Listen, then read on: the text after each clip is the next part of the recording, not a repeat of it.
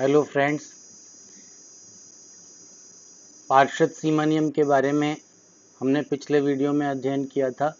हमने देखा था कि पार्षद सीमा नियम कितना इम्पोर्टेंट है और एक पार्षद सीमा नियम के बिना किसी भी कंपनी का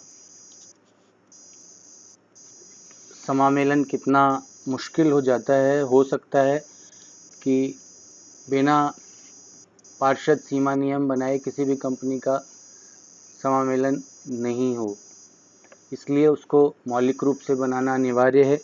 प्रत्येक कंपनी का बहुत ज़रूरी होता है कि मेमोरेंडम ऑफ एसोसिएशन बनाया जाए। पार्षद सीमा नियम के उद्देश्यों के बारे में हम जिक्र करें तो हम पाते हैं कि इसके दो प्रमुख उद्देश्य हैं। कंपनी के अधिकार एवं कार्यक्षेत्र से अवगत कराना और दूसरा सीमा नियम का उद्देश्य बाह्य पक्षकारों को कंपनी की अनुबंध करने की स्थिति से अवगत कराना। कोटमैन बनाम ब्रागम के मामले में लॉर्ड रैनबरी कोटमैन वर्सेस ब्रागमैन 1918 ने पार्षद सीमा नियम के दो प्रमुख उद्देश्य बताए हैं। कंपनी के अधिकार एवं कार्यक्षेत्र से अवगत कराना। स्पष्ट है कि कंपनी के सीमा नियम का प्रथम उद्देश्य उन लोगों को कंपनी के अधिकार एवं कार्यक्षेत्र से अवगत कराना है जो कंपनी के अंशों एवं ऋण पत्रों को क्रय करके अपने धन का कंपनी में इन्वेस्टमेंट करते हैं। इससे इन्वेस्टर्स को उनके द्वारा लगाए जाने वाले धन के किए जाने वाले उपयोग तथा उसमें निहित जोखिम का ज्ञान होता है। तो स्पष्ट रूप से ये पता लगता है कि कंपनी का अधिकार क्षेत्र कितना है और कार्य क्षेत्र किस प्रकार का है। दूसरा, सीमा नियम का दूसरा उद्देश्य बाह्य पक्षकारों को कंपनी की अनुबंध करने की स्थिति से अवगत कराना भी एक बहुत बड़ा उद्देश्य है।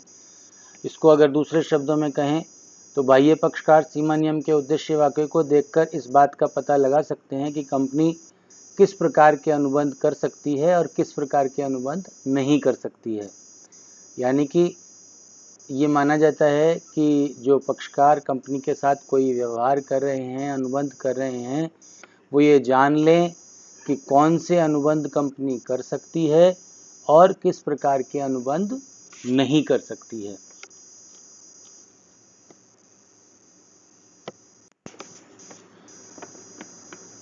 जब बात आती है पार्षद सीमा नियम के महत्व की, इम्पोर्टेंस की, तो ये स्पष्ट हो जाता है कि पार्षद सीमा नियम कंपनी का एक बहुत महत्वपूर्ण प्रलेख है। इसके बिना किसी भी कंपनी का समामेलन, इनकॉर्पोरेशन संभव नहीं होता। यह कंपनी से व्यवहार करने वाले व्यक्तियों के लिए कंपनी के संविधान का कार्य करता है। यह कंपनी का चार्टर माना जाता है। प्रसिद्ध विधि विशेषज्ञ SM शाह ने लिखा है कि पार्षद सीमा नियम वह प्रलेख है जो एक कंपनी के संविधान को निश्चित करता है और इसीलिए यह वास्तव में वह नींव है जिस पर कंपनी का स्वरूप आधारित होता है। वस्तुस्थिति यह है कि यह एक महत्वपूर्ण प्रलेख है जिसका अनेक पहलुओं से कंपनी के जीवन में महत्व है। इतना ही नहीं, अन्य पक्षकार जो कंपनी के साथ व्यवहार करते हैं उनके लिए भी इसका महत्व हो जाता है। लॉर्ड मैकमिलन के विचार इस संदर्भ में बहुत ही अनुकूल हैं। उनका कहना है कि सीमा नियम अंशधारियों, प्रदाता तथा कंपनी के साथ व्यवहार करने वाले लोगों को कंपनी के अधिकार क्षेत्र के बारे में बताता है, जिसके आधार पर वे कंपनी के साथ भरोसे के साथ व्यवहार कर सकते हैं। तो ये बातें हमें पार्षद सीमा नियम के महत्व के बारे में रेखांकित करती हैं और ये समझाती हैं कि पार्षद सीमा नियम कितना महत्वपूर्ण है। पार्षद सीमा नियम के महत्व को अगर हम पॉइंट्स में वर्णित करें, उसका महत्व बताना चाहें तो सबसे पहला महत्व है कंपनी का आधार। It is a basis for the company. पार्षद सीमा नियम प्रत्येक कंपनी का आधार होता है।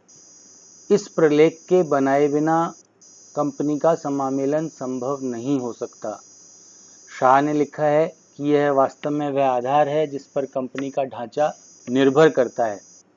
कंपनी के जीवन में इसके अत्यधिक महत्व के कारण ही इंग्लैंड में सन 1890 तक इसे एक अपरिवर्तनीय प्रलेख माना जाता था। यानी कि उसमें चेंज संभव नहीं है, ये माना जाता था 1890 तक। हालांकि अब इसमें कुछ विशेष परिस्थितियों में परिवर्तन संभव हैं। सामान्यतः अब भी इस प्रलेख में परिवर्तन नहीं किए जाते हैं। कुछ विशेष परिस्थितियों में ही इसमें परिवर्तन कंपनी करने की अनुमति प्राप्त होती है। तो यह कंपनी का आधार है, आधार स्तंभ है। इसके ऊपर कंपनी रूपी भवन का निर्माण होता है।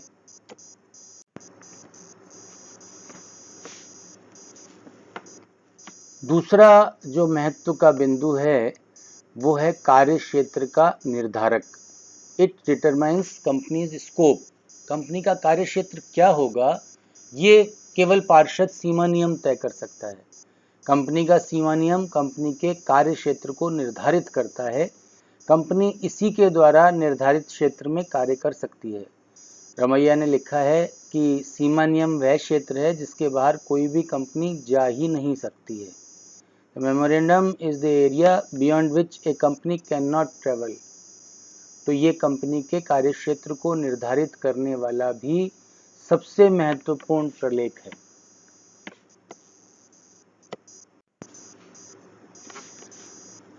तीसरा बिंदु जो कंपनी के पार्षद सीमा नियम का महत्व दर्शाता है वह है कंपनी के अधिकारों का स्रोत। It is a source of companies rights.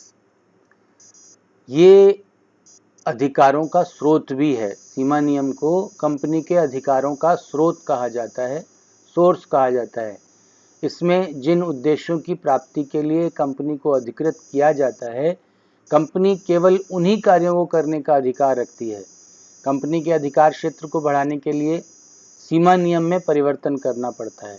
इस प्रकार कंपनी को कंपनी के अधिकारों का स्रोत कहा जाता है, क्योंकि ये कंपनी के कार्यों को निर्धारित करती है, उद्देश्यों को निर्धारित करती है। तो कंपनी केवल उन्हीं कार्यों को कर सकती है जिनका कि उसको अधिकार प्राप्त है, जिसका उसके अधिकार क्षेत्र में आता है। इसलिए इसी को कंपनी के अधिकारों का स्रोत कहा जाता है। कंपनी का पथ प्रदर्शक। It is a guide to the company. पार्षद सीमा नियम को कंपनी का पथ प्रदर्शक भी माना जाता है। जब कोई प्रलेख उद्देश्यों को निर्धारित कर दे, कार्य क्षेत्र को निर्धारित कर दे, अधिकारों का स्रोत बन जाए, तो निश्चित ही वह किसी भी कंपनी का पथ प्रदर्शक के रूप में माना जा सकता है। यह कंपनी को उन कार्यों को करने के लिए प्रेरित करता है जो कंपनी के उद्देश्यों की पूर्ति के लिए आवश्यक है, तथा उन कार्यों को करने से रोकता है जो कंपनी के कार्य क्षेत्र से बाहर हैं। तो इस प्रकार स्पष्ट है कि पथ प्रदर्शक कौन हुआ? जो कंपनी को सही राह पे बढ़ाता है, अग्रसर करता है, और जिसका अधिकार नहीं है उसके बाहर जाने के लिए उसको निषेध करता है, रोकता है। तो उसको हम कंपनी का पथ प्रदर्शक कह सकते हैं। पार्षद सीमा नियम के महत्व का पांचवा बिंदु विनियोजकों की सुरक्षा। It protects investors. ये हमने भली भांति जाना है कि कंपनी के पूंजी में आम जनता हिस्सेदारी लेती है, तो वह जानना चाहती है कि कंपनी किन उद्देश्यों के लिए सम्मिलित हुई है। वो जो पैसा लगा रहे हैं वो किस क्षेत्र में काम में आएगा, ये विनियोजकों को जानने का हक है। सीमा नियम के द्वारा निर्धारित उद्देश्यों की पूर्ति के लिए कंपनी कार्य करती है और विनियोजक उन उद्देश्यों की पूर्ति के लिए आवश्यक पूंजी जुटाते हैं। विनियोजक अपना धन लगाने से पूर्व ही कंपनी के उद्देश्यों को देखकर अपनी जोखिम का अनुमान लगा लेते हैं। चूँकि कंपनी का सीमा नियम सामान्यतः अपरिवर्तनीय रहता है, अतः कंपनी के उद्देश्य भी नहीं बदलते। परिणाम स्वरूप विनियोजकों की जोखिम की मात्रा भी सामान्यतः अपरिवर्तित रहती है। इस प्रकार विनियोजकों की सुरक्षा बनी रहती है। तो विनियोजकों की सुरक्षा के लिए भी ये बहुत इम्पोर्टेंट है।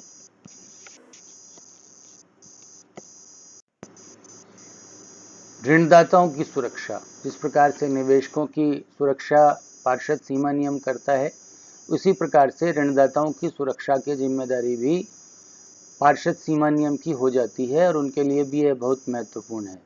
पार्षद सीमा नियम से ऋणदाताओं की सुरक्षा बनी रहती है। वे सीमा नियम को देखकर कंपनी की जोखिम को जान जाते हैं और उसी के अनुसार कंपनी को उधार देते हैं अथवा ऋण स्वीकार करते हैं। वे सीमा नियम से कंपनी के सदस्यों के दायित्व की सीमा की जानकारी करके भी अपने ऋणों की सुरक्षा का पूर्वानुमान लगा लेते हैं।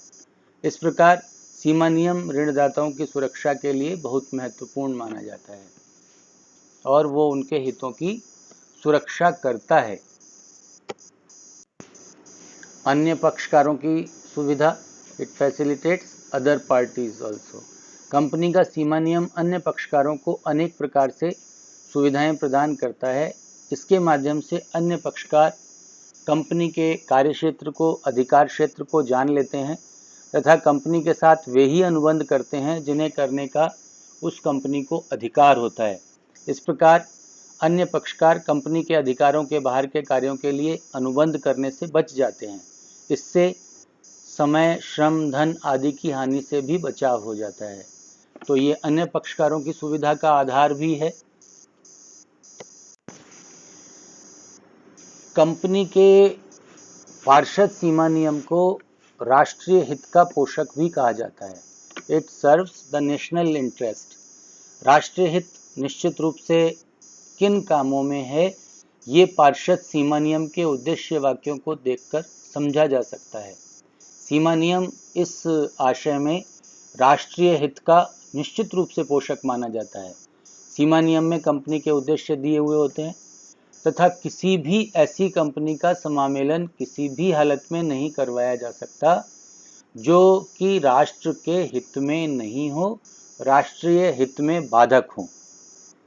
स्पष्ट है कि कंपनी का समामेलन तभी हो सकता है जबकि उद्देश्य वैधानिक हो, लोकहित के विरुद्ध ना हो, लोक नीति के विरुद्ध ना हो। इस प्रकार सीमा नियम में उद्देश्य की स्पष्ट व्याख्या होने से राष्ट्रीय हित की सुरक्षा होती है। तो हम पार्षद सीमा नियम के महत्व को इन बिंदुओं में भली भांति जान सकते हैं और ये कह सकते हैं कि पार्षद सीमा नियम राष्ट्रीय हित का पोषक है, क्योंकि वास्तव में जब उसका कार्यक्षेत्र हम जान जाते हैं, उसके उद्देश्यों को स्पष्ट रूप से हम समझ पाते हैं, तो किसी भी ऐसे कार्य के लिए, उद्देश्यों के लिए कंपनी का समामेलन नहीं हो सकता जो कि राष्ट्रीय हित में ना हो।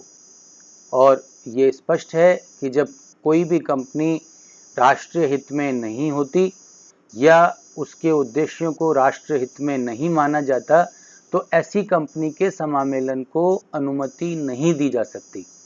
तो इस आशय में हम स्पष्ट रूप से ये मानते हैं कि पार्षद सीमा नियम का कंपनी के जीवन काल में बहुत अधिक महत्व है और उस महत्व को निश्चित रूप से किसी भी प्रकार से इनकार नहीं किया जा सकता, क्योंकि बिना पार्षद सीमा नियम के एक कंपनी का समामेलन ही नहीं हो सकता।